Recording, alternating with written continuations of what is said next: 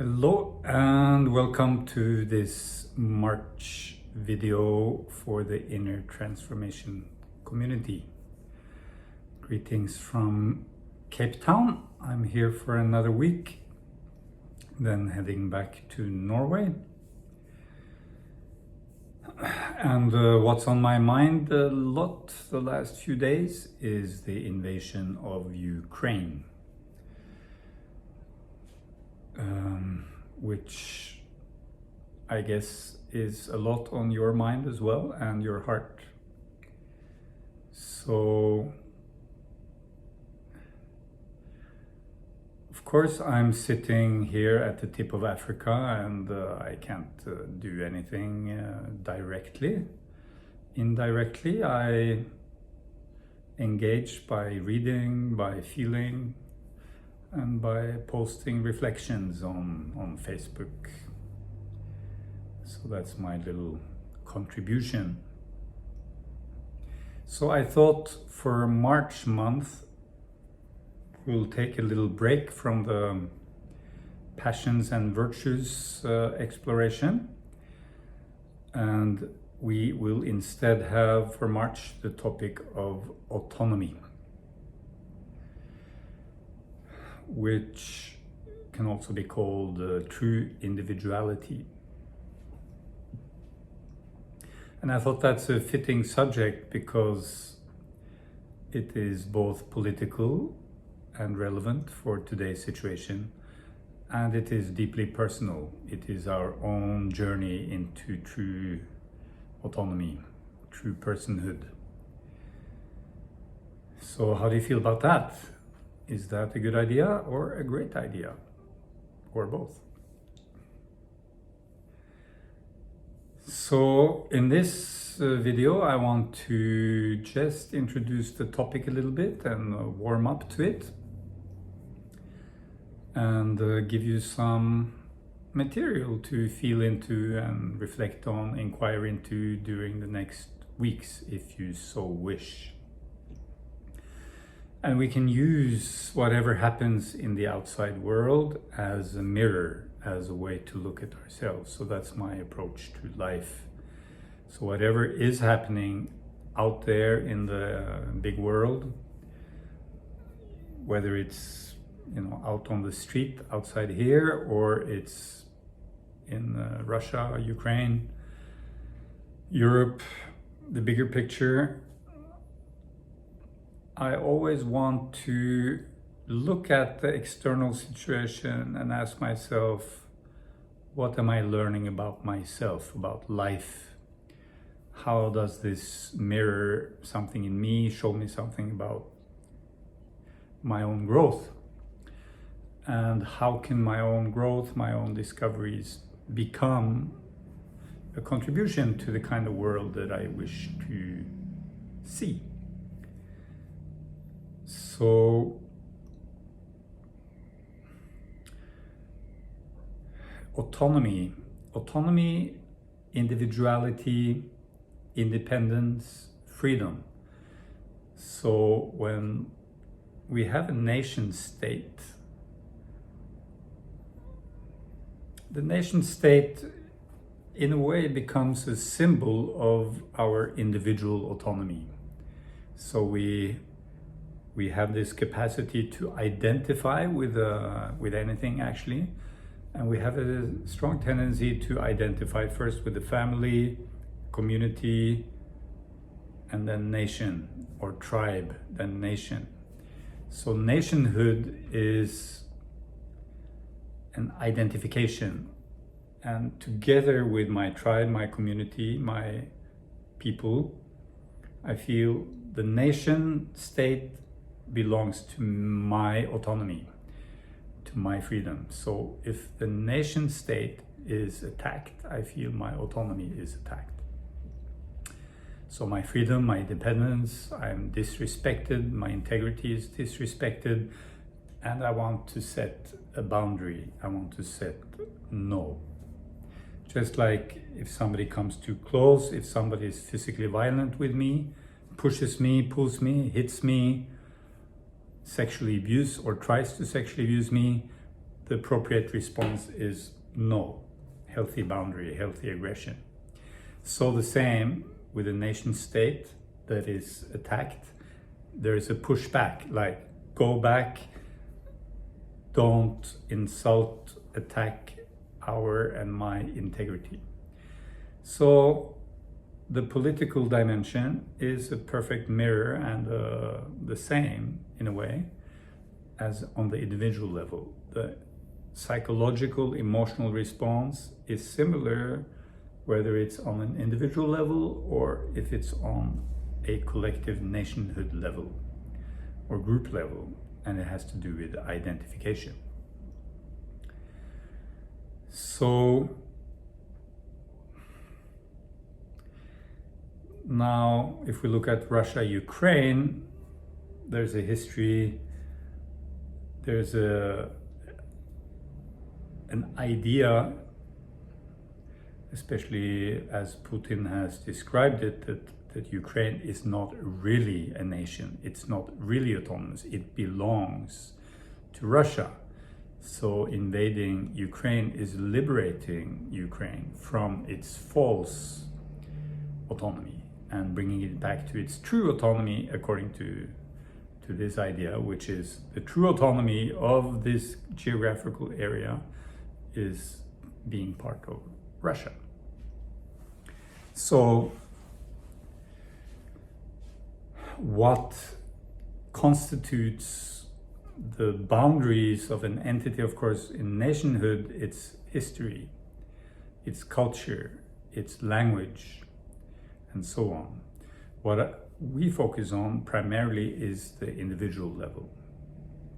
So autonomy means true individuality. So being a true person of being. So on the essence level, it means a true person of being.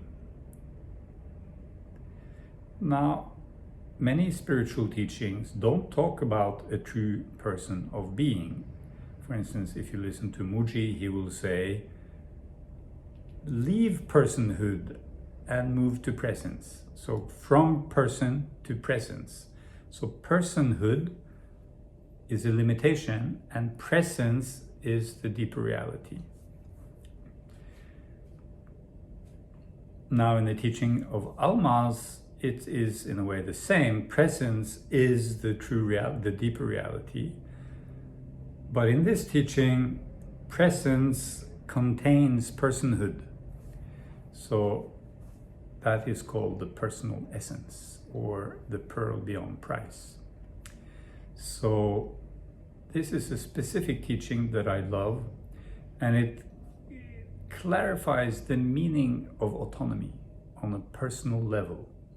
So instead of saying from person to presence, leaving person behind and becoming presence, we can say transforming personality into the true person of being, which is the personal essence, which is true autonomy.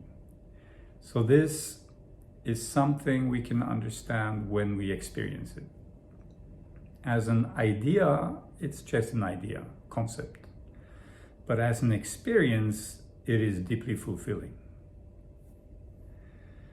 So this true autonomy is what I invite us to explore during this month of March. And like everything in the world of essence, there is always a true version and a copy version.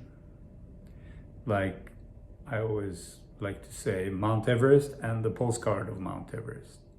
Table Mountain, I'm looking at Table Mountain out the window here. Table Mountain, or the picture of Table Mountain, the video of Table Mountain. The real Table Mountain is an amazingly rich, almost alive, or I feel it like an alive being.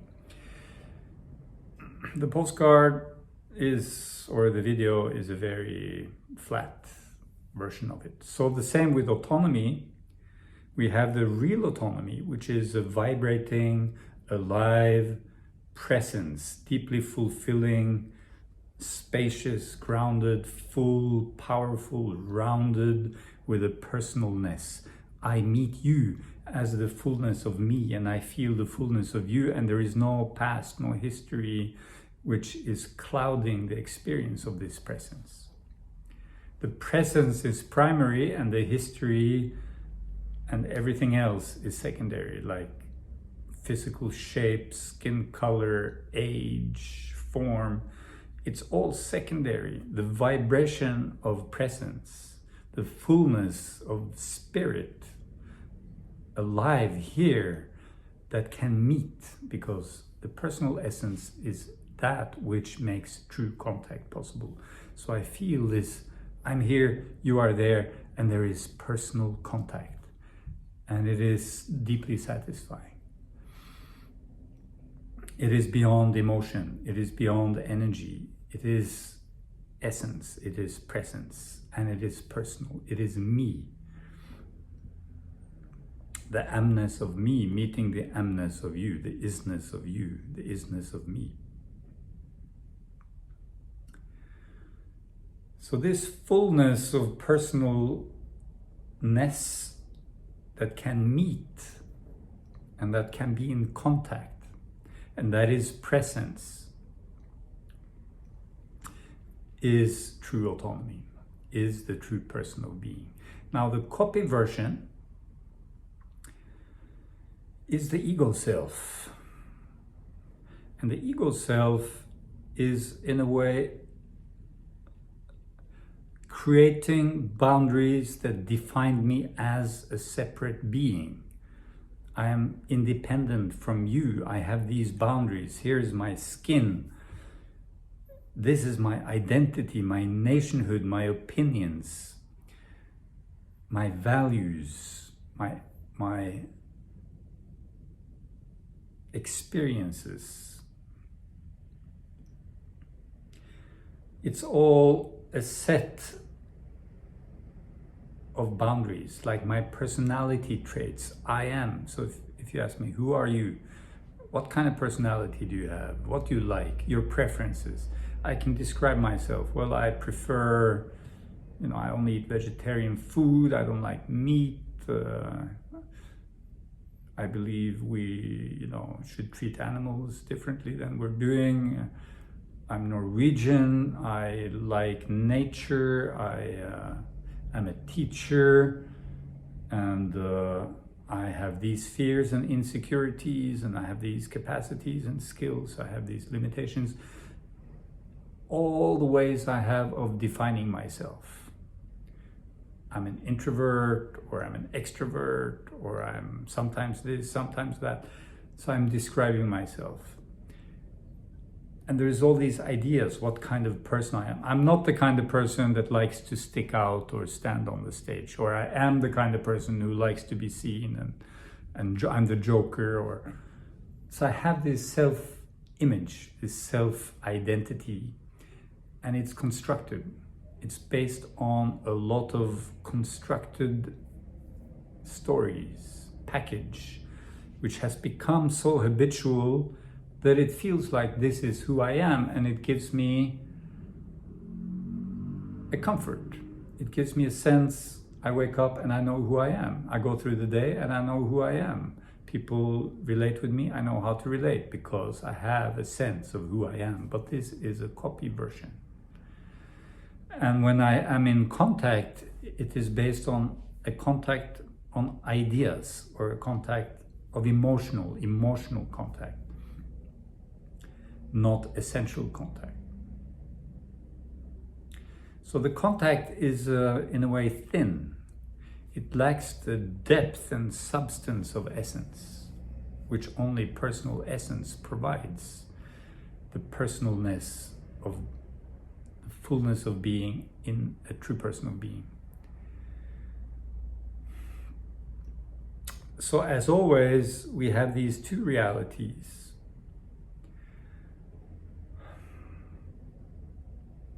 And the personal essence, in a way, is hiding underneath all these constructed, comforting, constructed personality traits, which are based on some kind of mistrust and some kind of fear and some kind of rejection of vulnerability, some kind of armoring, some kind of self-protection, self-defense. I am protecting myself against the scariness of existence, the fear of dying, the fear of people, the fear of the unknown, the fear of uncertainty, the fear of tomorrow, the fear of being alone, exposed. And all these fears, I don't want to acknowledge them because I don't want to walk around feeling fear and insecurity. So I avoid anything that may activate the fear, activate the security. I defend my sense of strength and confidence and knowing. I don't like to say I don't know. I don't like to admit any insecurities for myself or anybody else. And I limit my activities and my relations so that I'm not triggered out of this comfort zone. I keep myself inside the box, which keeps me safe in my identity, safe in my constructed self, safe in my constructed autonomy. And when it's challenged on social media, in the news, by other people, if my ideas are challenged, my values are challenged, I go into reaction, or I run, or I freeze, fight, flight, freeze. It's like I feel tremendously threatened. Let's say somebody disagrees with me and it's an opinion I hold strongly. It's shocking. It's like a life-threatening thing, maybe subconsciously. And I fight for my opinion. It's life and death. We see this in the world, how people are so identified with their opinions, their concepts.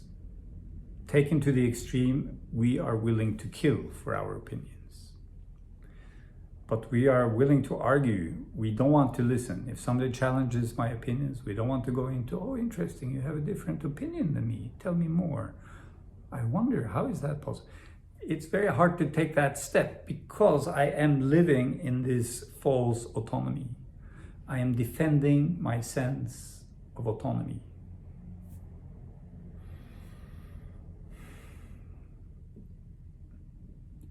So it's interesting here to note that unless I have developed a normal sense of autonomy,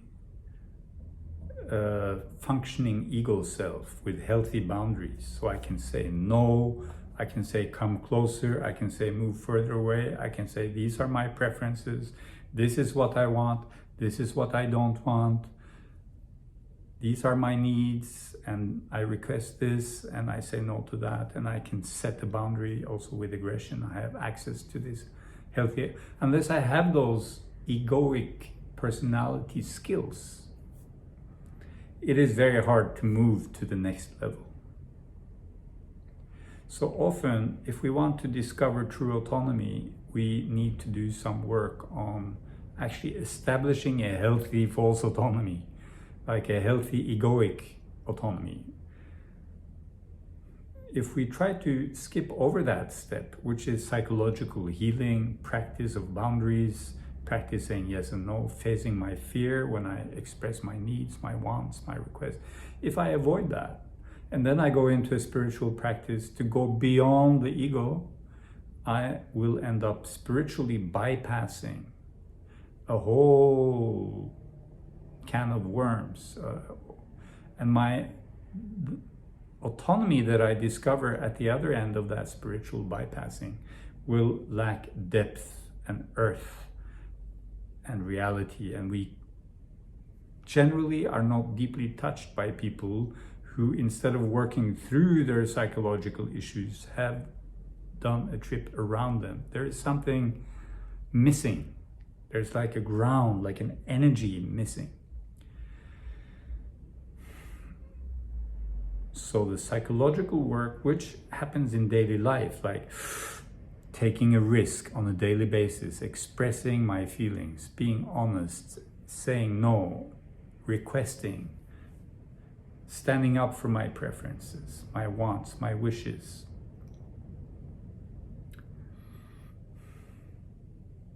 This is me, this is the psychological me. I honor it, I own it.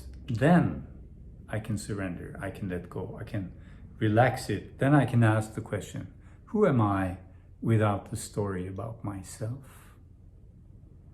Only then, when I have done the basic psychological work, can I go to this question, who is aware of this moment? Who am I beyond the story, every story about who I am? And then entering this not knowing, I don't know, and saying, I don't know. Opening to not knowing, the gateway, the void. And then all kinds of stuff may come up, a deeper fear, losing myself. I don't know who I am, I disappear, help. I lost my identity, I'm floating in space. There's a gate, that's the gateway to true autonomy, is to lose ourselves. So first, find ourselves in our personality autonomy, and then allow myself to lose myself. And the fear of dying, die before you die, is the mantra here. Letting that constructed self drop away, and it feels like dying. I don't know, I don't exist. A feeling of non-existence, not knowing, groundlessness, I'm floating. Help! It is a hard and difficult place to meet. But if we know that's the task, we can practice and we can let ourselves go there. And then there is this rebirth into true autonomy. As we face the insecurity, as we face the fears, as we lose ourselves, we find ourselves. So the daily practice is, for me at least, it's twofold. Honor the psychological side, practice standing up for that. At the same time, in parallel, keep asking, well, who am I when I'm not Norwegian, when I'm not a man, when I'm not my preferences, my history, my past, my traumas, my conditioning? Just walking around in this not knowing and the vulnerability and insecurity of that. And in that process, the inner child will certainly be activated. Like that inner child that we feel has to be pushed away so that I can be a mature grown-up. This for me for sure has been a lifelong challenge. It's like this deep conditioning that my inner child needs to be pushed away so that I can appear as a mature adult, because physically I'm 30, 40, 50. I should be and feel adult, but inside there is this insecure boy of 5, 8, 10, 12, 14. It's like, go away, go away. This will be activated, and the task, as always, is welcome, welcome, hello, I'm here for you. So that is an ongoing part of that journey. And the other very essential part of this journey is the superego, the inner critic, coming in and stopping the process. Because as we approach any kind of ego death, any kind of not knowing, any kind of groundlessness, the inner critic or the superego will come up with all kinds of guidance to take us in a different direction. It is protecting us against vulnerability, but this protection is outdated. If I'm on a path to discovering my true autonomy, I need to tell this voice that I'm fine, I'm ready to face this, I want to face this, could you please take a step back? I'm fine. Or you can use any other technique, method to distance yourself and stand in the power of your heart that I am ready to face the unknown, the insecurity, the inner child, the fear, the not knowing. I will not let myself be guided by this voice from the past, this recording of my childhood conditioning, which is my parents, which is from the past, not my present parents, which is my culture, which is all the collective ideas, how things should be, what I should feel, what I should not feel, how I should not be, how I should be. No shoulds. This moment, surrender, open, not knowing. And then this dimension of true autonomy will start to open.